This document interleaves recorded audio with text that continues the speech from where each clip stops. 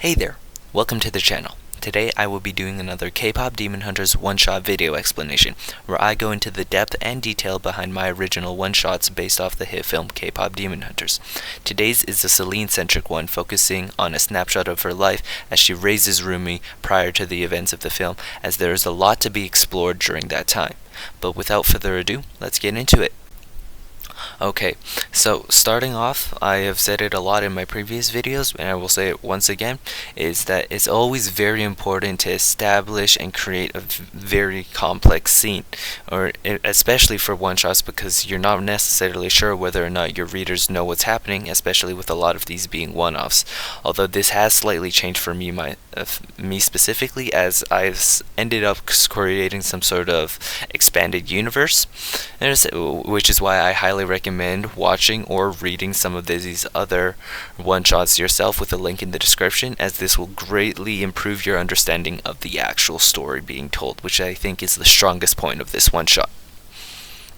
Now, starting off, I actually spend 3 large paragraphs, or decently large paragraphs, trying to set the scene and create the tone that I'm looking for in this, which is very important, as this one is a very emotional story.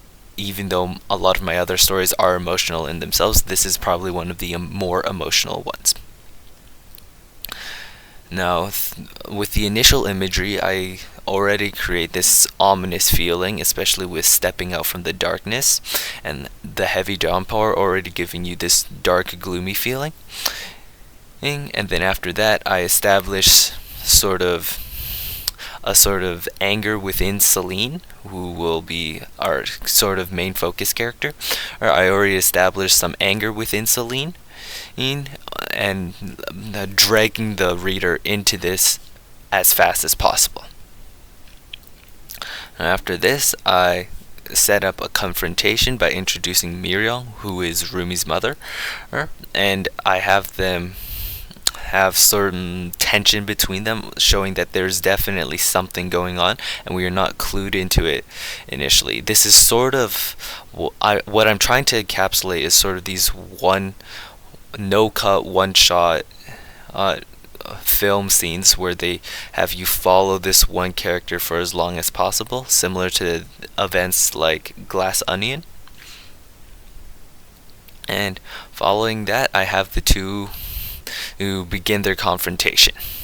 Now, this is very dialogue heavy, as this is a very emotional scene, but it is important that in creating natural dialogue, you do not actually have to worry about having proper speech within them, because as you and I do not speak with 100% perfect grammar all the time, especially with how short-formed and new-gen English has gotten within recent days. It is important to understand that your writing does not have to be grammatically correct, especially when discussing in human dialogue.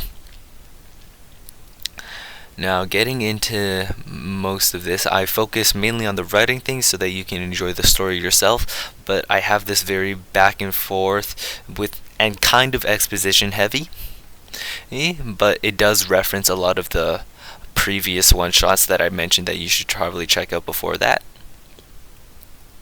But through this dialogue, you get a sense that there was definitely some relationship between Celine and Mi-Ryeong before the events of what happened, and that there was a lot of unknown things. Now, personally as a writer, I really like to go into referencing unseen events between characters, because it makes them seem more human this way, because you don't know everything that's ever happened to them.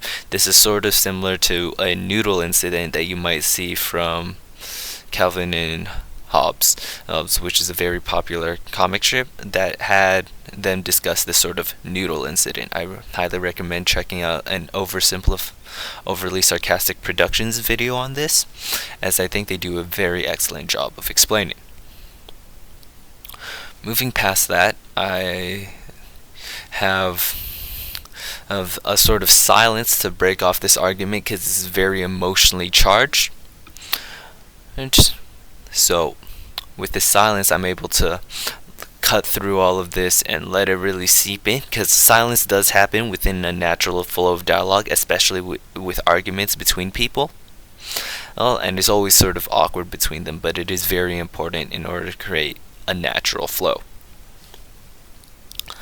After that, I decided that this is probably where I want to end the scene, because as a one shot, I'm not trying to flesh out an entire world. I'm trying to give you a sort of look into an expanded universe, or in this case, where I try and bring more scenes into the reality of this world. Now, obviously, if you've seen the film, you would know that Rumi's mom is no longer within the universe. So, through this, I kind of thought that this would be a very good way to leave this sort of unresolved of tension between the two, and it also links back to another one of my original one shots, which you should definitely check out. But with that being done, I hope you enjoyed this quick video explanation. I know I'm not the most clear on these, and I hope to strive to be better for these, but with that being done, leave your comments down in the comment section below, telling me how I should improve if you enjoyed, and check out the full one shot so you can read it yourself with the link in the description, and check out the other one shots while you're there.